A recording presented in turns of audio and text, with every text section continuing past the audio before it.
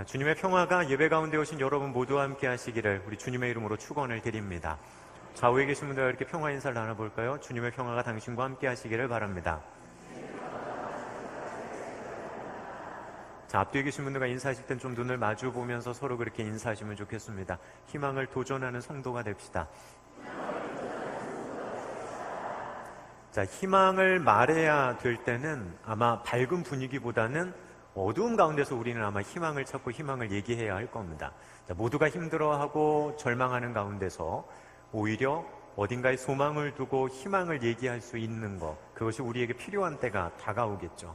무엇인가 밝음 속에서 빛에 대한 이야기를 하기보다는 어두움 속에서 어둠을 밝혀줄 빛에 대한 이야기가 필요한 것도 사실이에요. 자, 절망 가운데 있는 이들에게 희망을 가지라고 말하고 용기를 주고 격려를 해야 되는 것도 신앙을 가지고 걸어가는 우리들에게 있어야 될 모습이지 않을까라는 생각을 해보게 됩니다. 자, 그럴 때 희망을 얘기한다는 건 삶을 살아가는 사람들에게 삶을 이어갈 수 있는 작은 힘을 주는 것이기도 합니다.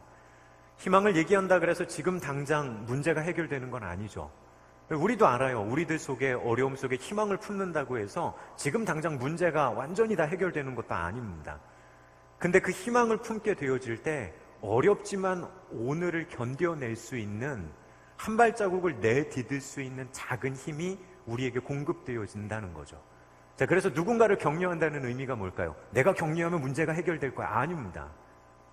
지금 걸어가고 있는 그 길의 여정 속에 우리가 격려하는 걸 통해 힘들지만 지금 한 발자국을 더 내디딜 수 있게 하는 도움을 주는 거, 아마 그것이 우리가 할 수 있는 가장 분명한 일일 겁니다.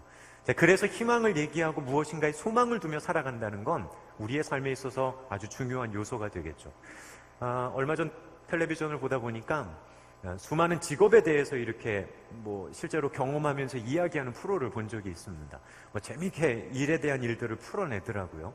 근데 때로는 힘든 일, 위험한 일, 고단한 일, 이런 일들에 종사하시는 분들의 모습도 함께 이렇게 소개를 해주는 겁니다. 자, 그런데 이야기를 진행해 나가는 사람이 사람들에게 동일하게 이런 질문을 던집니다. 어렵고 힘든 일을 하면서 가장 보람될 때가 언제죠? 라고 물어보는 겁니다. 자, 그랬더니 대부분의 사람들이 뭐라고 얘기하냐면 고생해서 내가 번 돈 가지고 우리 가족들 건사하고 우리 자녀들 교육시킬 수 있는 거, 그런 모습 보면 자기는 큰 보람을 느낀다고. 나는 그런 교육을 받지 못했지만 내가 이렇게 고생하는 걸 통해 우리 아이들이 나보다 더 좋은 환경에서 교육받을 수 있는 모습을 보면 나는 그것에 대해서 보람을 느낀다고. 이 어려운 일 가운데서도 나는 보람이 있다고. 아마 이 땅에서 애쓰는 아버지들의 마음과 그 애씀 속에 있는 보람을 얘기하겠죠. 아무리 힘들고 어려운 일들을 오늘 경험하지만 내가 하고 있는 오늘의 이 힘든 어려움 속에서 무엇인가 희망이 있는 거죠. 그분들에게는 가족들 속에 있는 웃음과 우리 가족이 편안할 수 있는 것과, 그리고 우리의 자녀들이 나하고는 다른 삶의 이런 여정을 걸어갈 수 있을 거라고 하는 희망이 있기 때문에 오늘의 삶에 자신이 처해 있는 삶의 고단한 일들을 감내해내고 감당해내고 오늘도 또 그 일 가운데 나가게 된다라고 하는 겁니다. 희망이 있는 거예요. 작지만 그 작은 것 속에서 무엇인가가 지금 지속되어져 갈 수 있는 용기와 힘을 공급받는다라고 하는 겁니다. 자, 철학자 키에르케고르는 죽음에 이르는 병이라고 하는 그의 책에서 이 병이 무슨 병이냐면 이제 절망을 그렇게 봤습니다. 사람 속에 있는 절망은 삶을 죽음에 이르게 한다라고 인생에 대한 부분을 이렇게 진단해 보는 겁니다. 근데 이 책을 써가면서 동시에 전제되는 게 있어요. 이 절망이라고 하는 질병은 치료될 수 있다는 게 밑바탕에 깔려 있습니다. 절망한다면 죽음 같은 상황 속으로 갈 수도 있다는 거예요. 희망이 사라진다면요, 삶의 의미가 없어진다면 그럴 수 있다는 거죠. 겉으로는 누리는 거 많고 남들이 보기에 부러울 것 없어도 남들이 보기에는 뭐가 부러운데, 근데 그 사람 속에는 그 어떤 희망도 없고 소망도 없이 오늘을 산다고 한다면 삶의 무의미 속에서 죽음에 이를 수 있는 질병 가운데 있다라고 우리는 볼 수도 있겠죠. 자, 중요한 건 이 땅을 살아가는 모든 사람들에게 희망은 중요한 삶의 요소가 된다는 겁니다. 희망이 없는 인생은 절망에 빠지기 쉽겠죠. 그리고 그 절망의 늪 속에서 죽음으로 이어져 갈 수도 있을지 몰라요. 그리고 이것이 실제로 우리가 살아가는 사회의 가장 중요한 사회적인 문제로 대두되고 있죠. 나라는요, 예전에 단 50년 전보다도 우리나라는 더 잘 살고 세계 안에서 순위에 올릴 만큼 우리는 잘 산다라고 얘기합니다. 근데 그런 상황 속에서 아세요, 여러분? 스스로 자신의 생을 마감하는 사람들의 숫자도 순위에 올리고 있죠. 아니, 예전보다 부족한 게 뭐가 있는데요? 내가 누리고 내가 살아가는 거, 그런 것들이 아무리 많다고 해도 우리의 삶 속에 주어지는 소망, 희망에 대한 부분이 없고 내 삶이 절망 가운데 있게 된다면 언제 무너질지 모르는 모래 위에 집을 짓는 것과 다르지 않다는 겁니다. 그래서 우리에게는 희망을 가지고 살아가야 하는 것이 중요한 부분이 되겠죠. 자, 그리스도인들인 우리들의 삶의 여정에 있어서도 마찬가지입니다. 당연히 세상이 얘기하는 희망과는 다른 희망을 우리는 얘기할 거예요. 자, 여러분들에게 한번 이렇게 묻고 싶습니다. 주님께서 여러분들의 삶의 소망이 되시고 희망이 되십니까? 내가 주님 한 분만, 이것이 여러분들에게 소망이 되실 수 있겠습니까? 이것이 소망이 되고 이것이 희망이 될 수 있다는 것, 이것이 그리스도인들이 믿음 안에 있어야 될 가장 중요한 부분이 되겠죠. 하나님의 임재하심은 누구에게나 다 필요합니다. 그리고 그분의 동행하심은 예외 없어요. 누구에게나 다 있어야 되는 부분이에요. 그런 상황 속에 예수 그리스도, 그분이 나의 희망이 되시고 그분이 나의 소망이 되어져서 걸어가는 삶이라고 한다면 우리의 삶의 모습을 전혀 다른 모습으로 우리는 바라볼 수 있을 거다라고 하는 겁니다. 자, 동시에 우리는 그런 삶의 모습을 가지고 누군가에게도 희망을 줄 수 있는 삶의 여정을 걸어가야 되겠죠. 자, 예수님께서는 지금 그 이야기를 우리에게 해주시려는 겁니다. 자, 저는 오늘 성경의 본문 말씀을 살피면서 이 부분을 좀 여러분과 생각해 보려고 합니다. 자, 오늘 성경의 본문은 이렇게 시작합니다. 잘 아는 성경 구절이에요. 한번 다 같이 읽겠습니다. 너희는, 자, 예수님께서 사람들을 향해 얘기하시는데 너희는 세상의 빛이야 라고 얘기하십니다. 자, 이 빛이 비춰지는데 산 꼭대기에 있는 동네가 숨겨질 수가 없어. 자, 그럼 우리는 쉽게 이런 상상합니다. 산 꼭대기에 있는 동네가 숨겨지지 않을 정도의 빛이라고 한다면 그 빛은 어디에 위치할까요? 너무 어려운 질문을 드렸어요? 빛이 어디에 있어야지 이 산 꼭대기에 있는 동네가 안 숨겨질까요? 그 산 꼭대기보다 위에 있어야 돼요. 자, 그럼 우리는 알아요. 지금 얘기하시려고 하는 빛은 단순히 꺼져가는 등불, 호롱불, 촛불 정도의 수준을 얘기하시는 것이 아니라 주님께서 말씀하시려고 하는 빛은요, 그 동네를 다 비칠 수 있는 이런 빛이야 라고 하는 지금 그림을 그리시는 거예요. 실제로 우리말 성경에는 세상의 빛 할 때 이 세상이라고 하는 말이 세상의 소금과 똑같은 단어로 번역되지만 헬라어 원문에선 다릅니다. 여기서 말하는 세상의 빛은 우리가 흔히 알고 있는 코스모스를 이야기해요. 그럼 뭘까요? 코스모스는 영어로 얘기하면요, 우주의 빛이에요.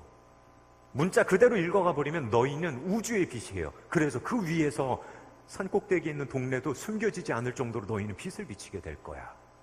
주님은 지금 이런 마음을 가지고 사람들에게 빛에 대한 이야기를 하시는 겁니다. 자, 그렇다면 이제 우리는 주님의 말씀 속에서 생각해 봐야 되겠죠. 너희는 세상의 빛이라고 얘기하시는데 그럼 너희는 누굴까요? 산상수훈의 말씀을 듣는 이들로도 우리는 생각할 수 있습니다. 근데 저는 오늘 산상수훈의 앞뒤의 문맥에서 조금 생각해 보려고 해요. 소금과 빛이라고 하는 선언이 나오기 이전에 우리가 잘 알고 있는 8가지의 복에 대한 선언이 나옵니다. 이런 사람은 복이 있어. 자, 그런데 이 8복의 이야기를 할 때는 문법적으로 얘기하면 인칭이 3인칭을 써서 얘기합니다. 이런 사람은 복이 있어. 이런 사람은 3인칭으로 설명을 해오시다가 8번째 복에 가서도 여전히 이 3인칭을 사용하셔요. 마태복음 5장 10절에 이렇게 얘기하죠. 의를 위하여 박해를 받는 자는 복이 있나니 천국이 그들의 것입니다. 자, 3인칭으로 설명을 하십니다. 자, 그런데 바로 이어서 나오는 11절, 12절부터 조금 인칭의 변화가 생깁니다. 자, 11절부터 12절 말씀을 한번 같이 읽어볼게요. 읽겠습니다. 나로 말미암아 너희를 욕하고 박해하고 거짓으로 너희를 거슬러 모든 말은 악한 말을 할 때에는 너희에게 복이 있나니 기뻐하고 즐거워하라. 하늘에서 너희 상이 큼이라. 너희 전에 있던 선지자들도 이같이 박해하였느니라. 자, 뭐라고 바뀌죠? 자, 의를 위하여 박해받는 사람, 이 사람들은 복이 있어 천국이 그들의 것이야 라고 얘기하셨는데 그 다음에 나오는 건 누가 나오냐면 너희. 어떤 사람이요? 너희가 욕하고 박해당하고 거짓으로 너희가 거슬러 모든 말을 할 때에는 너희에게 복이 있어. 자, 누구로 바뀌는 겁니까? 고난당하는 사람을 지금 너희로 받으셔요. 너희에게 복이 있어. 인칭이 3인칭에서 2인칭으로 바뀌었죠. 박해받는 너희, 고난 가운데 있는 너희, 누군가 너희에게 그렇게 하고 있잖아. 너희. 그리고 나서 우리가 알고 있는 소금과 빛에 대한 부분으로 오는 겁니다. 이 변화되어진 2인칭을 그대로 가져와서 뭐라고 얘기하냐면 너희가 세상의 소금이고 너희가 세상의 빛이야. 자, 이 문맥의 연결 속에서 살펴보면 그러겠죠. 팔복의 마지막에서 박해받는 사람, 주님으로 인해 모욕당하고 박해당하고 어려움 가운데 있는 너희가 세상의 빛이고 세상의 소금이야. 우리는 그런 생각해 볼 수 있어요. 주님으로 인해 고난당하고 있다면, 주님으로 인해 어려움 당하고 있다면 바로 그런 너희가 우주의 빛이야. 여러분들은 고난당하는 것이 여러분들에게 기쁜 일이십니까? 다른 이들이 생각하기에는 박해받고 억압당하는 거 연약한 사람처럼 보여질 수 있어요. 미련해 보일 수도 있겠죠. 그리고 우리들 스스로도 그렇게 생각할지 몰라요. 하나님, 내가 예수를 믿지만 내가 살아가는 삶의 모양이 이래요 라고 하는 거. 고난을 감수하면서 살아가면도 불구하고 세상과 비교했을 때 우리들 속에 들어오는 마음은 뭐냐 하면 당당하게 그래도 나는 주님 믿고 이렇게 가요라고 하는 마음보다도 왜 저 사람들보다 못하지라고 하는 마음 속에 주눅들지 않으십니까? 잘 걸어가고 있으면서도요, 왜 그런 마음이 우리에게 찾아오는지 모르겠어요. 믿음 안에서 정직하게 걸어가고 있으면서도 왜 그런 마음이 우리에게 찾아오는지 모른다고요. 그리고 아파하죠. 근데 예수님께서는 지금 그런 사람들을 향해서 뭐라고 선언하시냐면 빛이라고 선언하시는 거예요. 너희가 세상에서는 그렇게 살아가지만 너희는 세상의 빛이라고. 꺼지지 않는 불꽃으로 세상을 비추게 될 그런 빛이라고. 여전히 어려움 가운데 있지만 희망의 불꽃을 이어가는 사람들로서 세상의 빛을 비춰주고 희망의 노래를 들려주는 그런 사람들이라고 주님께서는 지금 그들을 얘기하시는 겁니다. 누가요? 세상에서 성공한 사람이요? 간증거리가 어마어마하게 많은 사람이요? 아니요. 지금 예수님 때문에 박해받고 고난받고 그 가운데 아파하고 있는 너희가 세상의 빛이야. 그렇게 살아가고 있는 사람들에게 주시는 위로고 격려고 용기셨어요. 여러분들, 오늘 주님께서 주님으로 인해 당하고 있는 어려움 속에 아파하는 사람에게 너희는 이 우주의 빛이야 라고 하는 이 선언을 들을 때 여러분들 마음속에도 하나님께서 허락해 주시는 위로와 격려가 경험되시기를 주님의 이름으로 축복합니다. 계속해서 그 발걸음을 내딛어 갈 수 있는 주님께서 그렇게 얘기하시는 거예요. 자, 우린 이런 생각할 수 있겠죠. 하나님, 내가 보기에도 내 삶은 이상해요. 예수님을 믿는 것 같은데도 세상 속에서 내가 믿음 가지고 살아가지만 저는 여전히 이런 세상의 시각으로 봤을 땐 부족하고 실패한 것 같아요. 이런 마음을 가지고 주님 앞에 서 있고 자기 스스로를 그렇게 보며 때로는 자괴감에 빠질 수 있는 사람들에게 주님께서 오셔서 우리가 우리를 보는 시선이 아니라 하나님께서 우리를 보는 시선을 알려주신다고요. 패배자? 아니야. 너희는 우주의 빛이야. 우주의 빛이야. 우리의 고난당하는 삶의 여정을 주님께서 그렇게 해석해 주신다고요. 하나님 앞에서 우리들의 삶의 의미를 그렇게 이야기해 주신다는 겁니다. 누가요? 내가 아니라 그분께서. 마지막 날에 서야 될 그분 앞에 서야 되는데 그분께서 내 삶을 그렇게 해석해 주신다고요. 이것이 그렇게 사는 사람들에게는 희망이죠. 그렇게 걸어가는 사람들에게는 이게 용기죠. 왜요? 오늘도 그렇게 살아야지. 16절 말씀에서는 예수님께서 이걸 이렇게 표현하셔요. 이같이 너희 빛이 사람 앞에 비치게 하여 그들로 너희 착한 행실을 보고 하늘에 계신 너희 아버지께 영광을 돌리게 하라. 우리는 여기서 이런 얘기 많이 하죠. 착한 행실이라고 하는 부분이 나와요. 착한 행실. 여기서 사용되어진 이 착한 행실이라고 하는 말의 표현 속에 착하다라고 하는 이 단어가 칼로스라고 하는 헬라어 단어가 쓰이는데 이 단어가 도덕적인 선행만을 뜻하는 것이 아니라요, 이치에 맞는 행동도 포함되고요, 누군가에게 칭찬을 들을 만한 행동도 여기 다 포함됩니다. 그러니까 이 단어 자체가 포괄하고 있는 좋은 일, 선한 일이라는 게 굉장히 광범위하다는 거예요. 그럼 단순히 뭐 선행을 베푸는 거 요거 하나로 착한 일을 규정해서는 안 됩니다. 때로는 어떨 때요, 사리분별에 딱 맞고 칭찬 들을 만한 것도 이 착한 일인 거예요. 근데 그런 착한 일들을 통해 누구에게 영광을 돌리라고요? 이게 이제 제일 중요한 부분이에요. 우리가 착한 일 하고 싶은 거 맞습니다. 이치에 맞는 일 하고 싶죠. 남들에게 인정받는 일 하고 싶어요. 근데 중요한 건 이 일을 통해 누구에게 영광을 돌려야 됩니까? 이게 기준이라는 거예요. 우리의 착한 행동도 예수 그리스도 때문에 그 행동을 해야 함을 잊지 않는 저와 여러분이 되기를 바라고 소망합니다. 그것이 성경이 얘기하는 착함이에요. 주님으로 인해 고난을 받는 거, 이것도 착한 거죠. 주님으로 인해 내가 지금 선한 일을 행하는 것도 착한 거예요. 주님으로 인해 내가 무엇인가를 참아내는 것도 착한 일이죠. 제일 중요한 건 내가 지금 행동하고 있는 이 행동의 가장 밑바탕에 있는 동기가 무엇이냐, 그것에 주님이 있기를 소망하시는 겁니다. 그리고 성경은 그걸 착한 일이라고 오늘 성경은 얘기하는 거예요. 그걸 통해 너희가 영광을 받는 것이 아니라 하나님께서 영광 받으실 수 있도록. 쉽게 한번 이렇게 설명해 볼까요? 여러분들 속에 때로는 그런 마음 올라오실 때 없으셔요? 뭔가 막 화가 나고 감정이 올라오는데 그냥 혼잣말로라도요 이렇게 얘기하신 적 있으세요? 내가 예수만 안 믿었어도. 혹시 이런 적 없으세요? 이런 적 없으세요? 속으로요? 내가 예수만 안 믿었어도. 이거 어떤 마음이에요? 안 믿겠다는 마음이에요? 아니면 믿겠다는 마음이에요? 내가 예수만 안 믿었어도 그 다음은 이제 각자 상상하시면 되잖아요. 뭐 한다는 거예요 지금? 왜 참으시는데요? 누구 때문에 참는데요? 그런 참음이 있으시냐고요. 내가 참는데도 이유가 있죠. 왜요? 예수님 때문에 참는 거예요. 근데 이렇게 걸어간다는 것이 쉬울까요? 쉽지 않을까요? 우리의 경험이 얘기해줘요. 쉽지 않아요. 단순히 착하게 사는 것을 넘어서 주님 때문에 참는다는 거 쉽지 않습니다. 내 삶의 그런 동기들 속에 예수님 그분이 계신다는 거 기억하고 살아간다는 것도 정말 쉽지 않죠. 그리고 이것을 통해서 하나님께서 임재하시고 하나님께서 동행하신다는 걸 드러내 보여줘서 하나님께 영광을 돌린다는 거, 우리 이거 정말 쉽지 않아요. 자, 여러분들의 삶 속에 하나님께서 여러분과 함께 하시는 것을 드러내는 거, 여러분들의 삶을 통해 늘상 일어나는 일이십니까? 아니면 그걸 경험하기가 쉽지 않다는 거 고백하실 수 있겠습니까? 주님께서 나와 함께 하신다는 걸 드러내 보인다는 게 쉬우세요? 어려우세요? 이거 어려워요.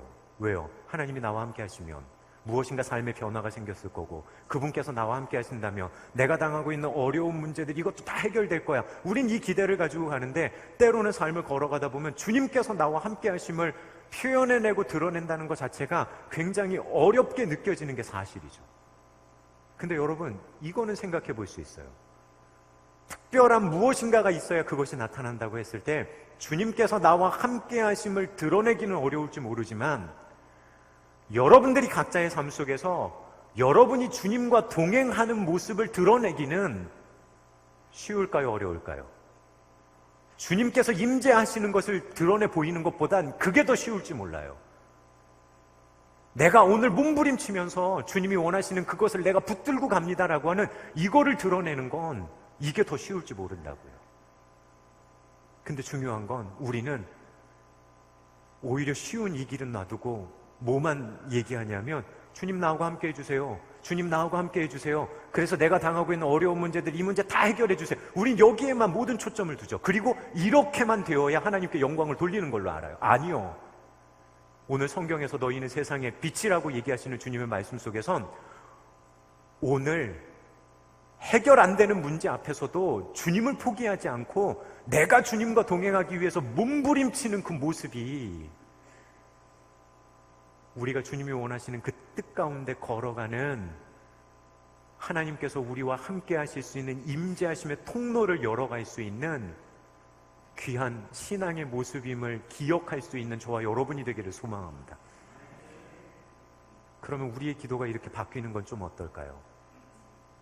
그런 하나님 나와 함께 해주세요 라고 하는 기도,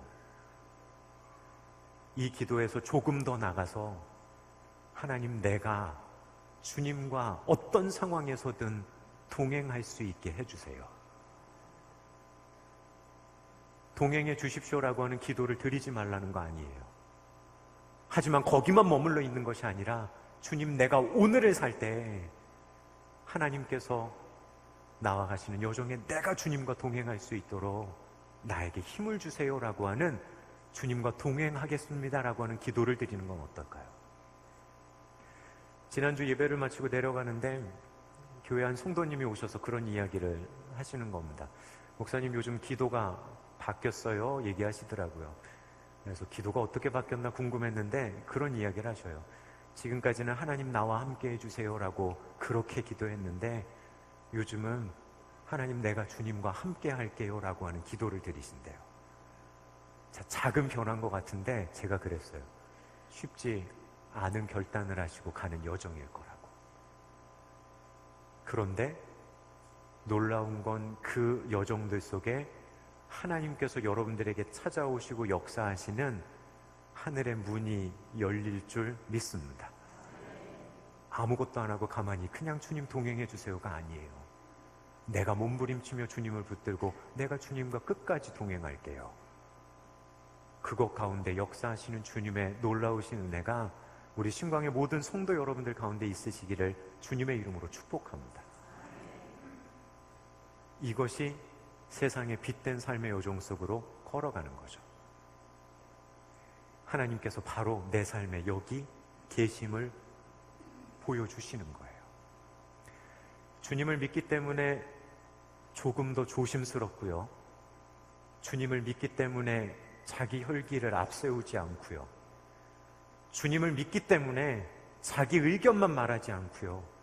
주님을 믿기 때문에 다른 사람을 살필 수 있고 배려할 수 있고요. 주님을 믿기 때문에 자기의 손해를 감수할 수 있고요. 주님을 믿기 때문에 다른 이들을 더 존중해 줄 수 있고요. 주님을 믿기 때문에 더 겸손할 수 있고요. 주님을 믿기 때문에 더 예의 바를 수 있어야 하지 않을까요? 무례한 기독교가 아니라 주님을 믿기 때문에. 놀라운 건 그것 가운데 역사하시는 하나님의 은혜가 우리의 삶 속에 있다는 거죠. 주님을 믿기 때문에 당하는 어려움들은 단순히 선교지에서만 있는 일들이 아닙니다. 이 땅에서 하늘나라의 가치관을 가지고 살아가는 모든 사람들에게 경험되어지는 부분이에요. 명목상의 그리스도인이 아니라 참된 그리스도인으로 살려는 사람에게는 비껴갈 수 없는 부분입니다. 그럴 때 우리는 구해야 되겠죠. 하나님 동행해 주십시오라고 하는 기도와 함께 하나님, 내가 주님과 동행할게요. 힘들고 어려운 상황 속에서도 내가 주님과 함께 서 있는 거, 내가 그 자리를 포기하지 않겠습니다라고 하는 기도를 함께 올려드리는 저와 여러분이 되기를 바라고 소망합니다. 이것이 세상에 빛이 되는 삶이겠죠. 때로는 그런 생각 들어요. 예수 믿는 걸 드러내고 살아가는 것이 편하십니까? 숨기고 사는 게 편하십니까? 이제 답하셔야 돼요. 예수 믿는 걸 드러내고 사는 것이 편하셔요? 숨기고 사는 게 편하세요? 자, 어떤 대답이 나오느냐에 따라서 지금 우리들의 마음의 상태가 보이는 거예요. 숨기고 사는 거 왜 숨기고 살아요? 왜 숨기고 사셔요? 이거 드러내놓고 살아가면 뭐냐면 마치 다른 사람하고 경쟁할 때 나는 이미 페널티를 받고 시작하는 것 같아요. 이미 그런 마음이 드는 거예요. 내가 예수 믿는다는 거 얘기하고 살아가면 이미 그 사람보다는 뭔가 하나 무거운 짐을 짊어지고 가는 것 같은 경쟁 같은 느낌이 들거든요. 똑같이 경쟁을 해도 이길까 말까 한 상황인데 무슨 말로 얘기하면 한쪽 팔은 쓰지 못하고 한쪽 발만 써야 되는 이런 입장, 불공정한 싸움을 시작하는 것 같아요. 그러니까 힘드니까 아예 뭐 할까요? 예수 믿는 거 아예 드러내지 않고 그냥 가는 거예요. 그럼 어디서 빛을 비추고 어디서 소금이 되냐는 거죠. 내가 예수 그리스도를 믿습니다라고 하는 걸 이야기하는 것 자체가 그런 불편함을 감수하면서도 내가 주님의 백성으로는 몸부림쳐 주님과 함께 있겠습니다라고 하는 우리의 고백이 될 수 있음을 잊지 않는 저와 여러분이 되기를 바라고 소망합니다.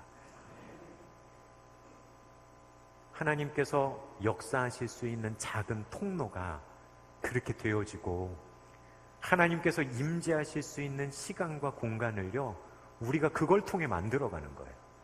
그리고 거기에는 희망이 있습니다. 왜냐하면 주님께서 나와 함께 하실 거고 내가 주님과 함께 할 거니까. 바라고 소망하기는 어려운 부탁을 드리는 것 같아 죄송하지만, 주님으로 인해 당하는 어려움들 속에서도 주님과 함께 있기를 몸부림치며 그 자리를 지킬 수 있는 성숙한 신광의 성도 여러분들 되시기를 우리 주님의 이름으로 부탁을 드립니다. 자, 베드로전서 2장 19절로 21절에서 우리에게 이런 이야기를 해줘요. 함께 같이 읽겠습니다. 부당하게 고난을 받아도 하나님을 생각함으로 슬픔을 참으면 이는 아름다우나, 죄가 있어 매를 맞고 무슨 칭찬이 있으리요. 그러나 선을 행함으로 고난을 받고 참으면 이는 하나님 앞에 아름다우니라. 이를 위하여 너희가 부르심을 받았으니 그리스도도 너희를 위하여 고난을 받으사 너희에게 본을 끼쳐 그 자취를 따라오게 하려 하셨느니라. 아멘. 베드로 사도는 얘기해요. 예수님도 그렇게 우리에게 본을 보이며 걸어가셨다고. 부당하게 고난을 받아도 하나님을 생각함으로 슬픔을 참으면 이건 아름다운 거야. 누가 이야기해 주시는 거냐면 하나님께서 그렇게 인정해 주시는 겁니다. 우리의 삶을 그렇게 인정해 주시고, 우리의 그 삶을, 힘들고 고단한 삶을 세상의 빛이라고 선언해 주시는 거죠. 자, 우리는 우리들이 예수 그리스도를 믿고 당하는 고난에 대해서 때로는 이런 표현을 씁니다. 상처라고 하는 표현들 쓰죠. 자신을 위해, 자신의 정욕적인 삶을 위해 난 상처, 잘못으로 인해 난 상처라고 해요. 하지만 믿음을 지키기 위해 난 상처라고 한다면, 오늘 성경은 이거를 상처로 표현해 주시지 않고 이것을 예수님은 빚이라고 표현해 주세요. 여러분들도 신앙의 생활을 하면서 믿음을 지키기 위해 받았던 상처들이 있으십니까? 그 상처에 대해서 부끄러운 생각이 드세요? 자랑스러운 생각이 드세요? 우리는 상처 그러면 그걸 숨기려고 하죠. 근데 예수님은 오셔서 얘기하시는 거예요. 그 상처에 대해서. 그거 상처가 아니야. 그건 세상을 향한 빛이지. 오히려 나 스스로도 잊어버렸던 나의 존재감, 나의 자존감을 주님께서 오셔서 얘기하시는 거예요. 아니야. 그거는 존귀한 거고 너희는 세상의 빛으로 있는 거야. 아니요, 상처인데요. 아니야, 빛이야. 단순히 말씀만 하시는 것이 아니라 삶의 스토리를 가지고 있는 그 사람들에게 이렇게까지 얘기하셔요. 상처가 아니라니까 등경 위에 둘 거야. 예수님께서는 우리는 상처라고 생각했던 그 부분을 빛이라 생각하시며 누군가에게 비칠 수 있도록 내가 그것을 등경 위에 둘 거야. 다른 사람들을 향한 도전으로, 다른 사람들을 향한 삶의 의미로 내가 너희들을 그렇게 사용할 거야. 너희의 삶의 의미는 나에게 그래. 자, 누가 얘기하시는 거냐면 하나님께서 얘기하시는 거예요. 우리들 한 사람 한 사람을 보면서 하시는, 너희들 스스로는 너희들을 이렇게 생각할지 모르지만 나는 너희를 그렇게 생각하지 않아. 너희들은 나에게 세상의 빛이야. 우린 이런 생각할 겁니다. 하나님, 저는 빛이 될 만한 이야기가 없어요. 예수를 믿어도 어려운 일 당한 것, 실망하고 상처받았던 이야기들, 실패했던 이야기들, 하나님, 그렇다고 내 안에 어떤 착하고 선한 이야기나 이런 것도 없는 것 같고요. 난 누군가에게 떳떳하게 얘기할 수 있는 무용담이 될 만한 신앙의 이야기도 없다고요. 내가 얘기할 수 있는 건 나는 이런 거밖에 없어요. 뭐 자랑할 수 있는 거 전혀 없어요. 이런 생각을 하죠. 그런데 이 부분에 대해서 예수님은 빛이라고 얘기하시는데 사도 바울은 이 부분에 대해 이렇게 얘기해요. 우리들 속에 있는 예수의 흔적이라고요. 갈라디아서 6장 17절에서 그가 이렇게 말합니다. 이후로는 누구든지 나를 괴롭게 하지 말라. 내가 내 몸에 누구의 흔적이요? 내가 예수의 흔적을 가지고 있어. 예수의 흔적이 어떤 흔적인데요? 주님께서 십자가를 지시고 부활하신 다음에 보여주신 흔적이 뭔데요? 고난의 흔적이고 상처 입은 그 흔적이시라고요. 예수님을 따르기 위해 당했던 우리들의 어려움 속에서 우리에게 되어지는 이야기가 뭐냐면 그 상처가 예수 그리스도의 흔적이 내 안에 있다라고 얘기하는 거죠. 우리 안에 행하신 하나님의 놀라운 일들만을 얘기하는 것이 아니라 주님과 동행하기 위해 우리가 겪어야 됐던 상처들, 그걸 바울 사도는 예수님의 흔적이라고 얘기해요. 여러분들 속에 예수님의 흔적이 있으십니까? 오늘 이 시간부터는 여러분들 그렇게 얘기하셨으면 좋겠어요. 신앙생활하다가 만나는 어려운 문제들, 상처들 앞에서 상처라고 얘기하지 마시고요, 내가 내 안에 예수 그리스도의 흔적이 있는 거예요 라고 고백할 수 있고 이야기할 수 있는 우리 신광의 성도 여러분들 되셨으면 좋겠습니다. 끝내는 그 흔적이 뭐가 될까요? 누군가에게는 의미가 되고 힘이 되고 누군가에게는 소망을 줄 수 있는 하나님께서 사용하시는 놀라운 은혜들로 역사하게 된다는 거죠. 지난 주간 이렇게 말씀을 준비하다가 기독교 방송 이렇게 살펴보다가 그 이어룡 박사님에 대한 이야기를 이렇게 봤습니다. 지금 이제 87세, 90 가까이 돼가시는 어르신인데 우리가 아는 것처럼 늦게 예수를 믿으셨잖아요. 근데 신앙에 대해서 풀어내는 이야기는 평생을 신앙생활 한 사람만큼 이야기를 풀어내시더라고요. 근데 이분이 이야기를 하는 것 가운데 지금 현재 이제 암으로 아무런 치료도 지금 하지 않고 이제 자신의 생을 마감하실 준비를 하시는데 이분이 그 얘기를 해요. 자신보다 먼저 간 딸아이의 이야기. 목사님이었잖아요. 암으로 이제 투병하다 먼저 가셨는데 자신이 그토록 사랑하던 딸아이가 마지막에 힘들고 아프고 고통 가운데 생을 마감하는 그 모습 속에서 아버지가 딸에게서 본 거 그냥 이야기를 한마디로 표현하면 그겁니다. 암이 우리 딸을 정복하지 못했다는 거예요. 옆에서 그 모든 과정을 다 지켜봤는데 뭐라고 얘기하냐면 아버지가 상실감도 있겠죠.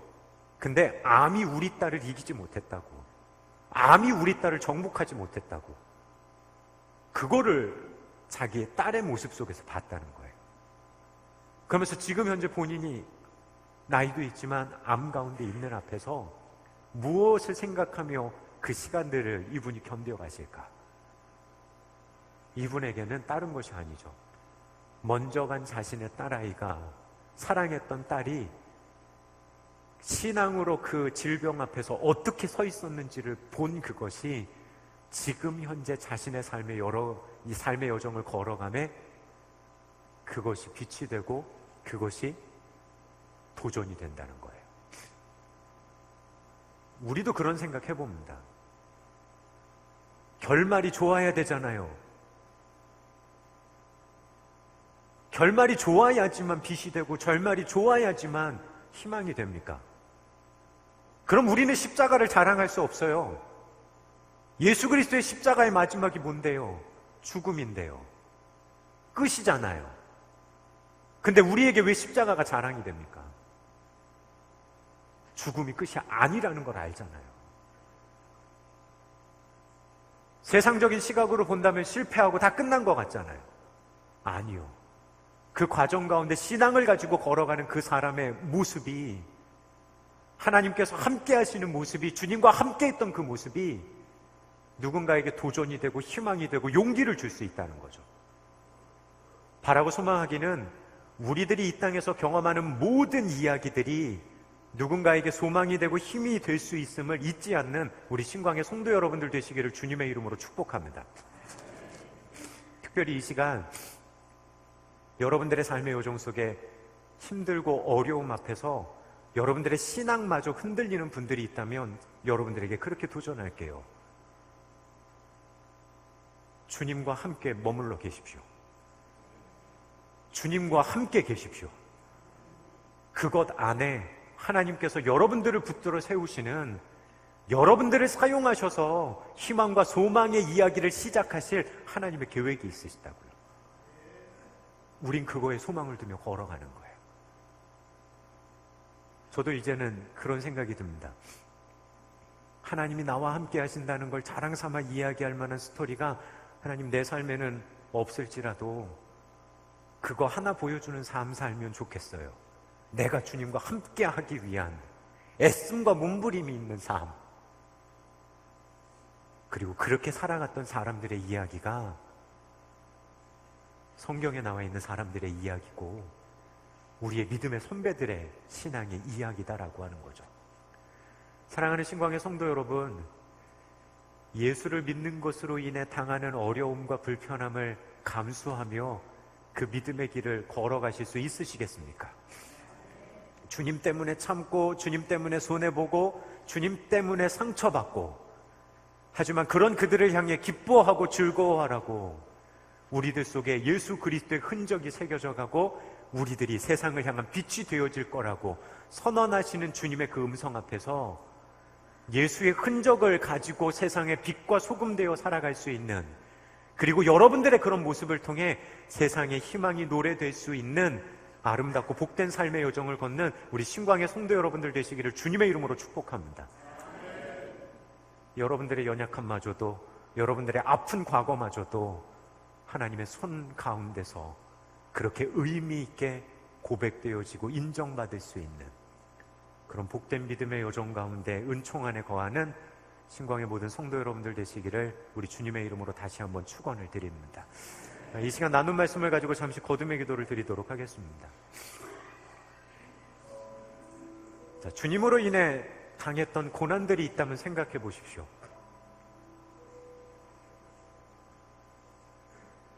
상처가 되어 남을 수도 있고 여전히 생각할 때마다 속에서 뭔가 또 올라올 수도 있을지 몰라요. 하지만 내가 주님 때문에 참고, 내가 주님 때문에 견뎠고, 주님 때문에 세상과 다른 방법으로 그곳에 서 있었습니다. 주님 아시죠? 그런 우리들의 주님과 함께함의 모습 속에 하나님께서 우리 귀한 신광의 성도 여러분들의 삶 속에 역사하시기를 우리 이 시간 함께 기도하며 주님 앞에 나갔으면 좋겠습니다. 함께 소리내어 기도하도록 하겠습니다. 사랑의 아버지 하나님, 우리가 이 땅의 삶의 여정을 걸어갑니다. 때로는 어려움 앞에서, 때로는 힘듦 속에서, 때로는 연약함 앞에서, 그리고 때로는 세상 가운데 만나는 모든 이들 삶의 문제들 앞에서, 하지만 우리가 예수 그리스도를 믿는 사람들이기 때문에 세상과 다름을 가지고 그 앞에 서야 됩니다. 주님을 믿는다는 걸 드러내는 것 자체가 손해를 감수해야 될 부분이고, 주님을 믿는다는 걸 드러내는 것 자체가 어떻게 보면 페널티를 가지고 살아가는 삶처럼 느껴질 때도 있습니다. 하지만 주님, 그런 상황 속에서 주님을 선택하고 주님을 바라보며 주님 옆에 머물러 있을 수 있는 귀한 믿음의 사람들 되게 하여 주십시오. 내가 어려움 가운데서도 주님을 생각함으로 참고 견뎌왔던 시간들이 상처가 아니라 주님께서 말씀하시는 세상의 빛이고 성경이 이야기하는 예수 그리스도의 흔적으로 우리들 삶 속에 고백되어지고 남을 수 있도록 저희를 붙드시고 인도하여 주옵소서. 함께 하실 주님을 간절한 마음으로 그렇게 바라고 소망합니다.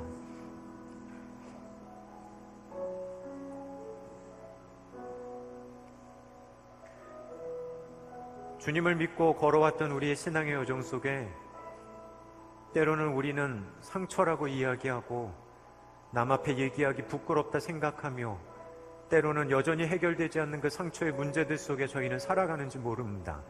하지만 주님, 그 상처가 예수 그리스도로 인해 주님 때문에 우리 가운데 생겼다면 내가 예수 그리스도의 흔적을 가지고 살아간 사람들임을 고백할 수 있게 해주십시오. 그리고 그런 흔적을 보시며 우리에게 상처가 아니라 세상의 빛이라고 선언해 주시는 그 주님의 말씀 앞에서 올곧게 신앙의 여정을 걸어갈 수 있는 믿음의 사람들 되게 하여 주옵소서. 나의 나됨이 그리스도께서 나와 함께 하심으로 인해 가능함을 잊지 말게 하여 주셔서 그 주님과 함께 동행하며 주님의 이끄심 가운데 머물기 위해 애쓰는 믿음의 사람들 되게 하여 주옵소서. 그 믿음의 길을 걸어가며 결단하는 귀한 믿음의 성도들 한 명 한 명에게 하나님 주시는 귀한 은혜를 더하여 주시고, 그 어려움과 그 힘듦 앞에 머물러 있는 성도들에게 찾아오셔서 주님께서 새 힘을 더하여 주옵소서. 그런 이야기가 넘쳐나는 교회가 되게 해주십시오.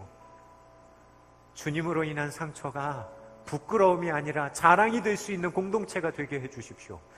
세상의 기준이 자랑이 아니라 예수 그리스도의 흔적이 자랑이 될 수 있는 우리 신광교회 공동체가 되도록 주님 역사하여 주옵소서. 함께 하실 주님을 기대하오며 우리 주님 예수 그리스도의 이름으로 기도드립니다.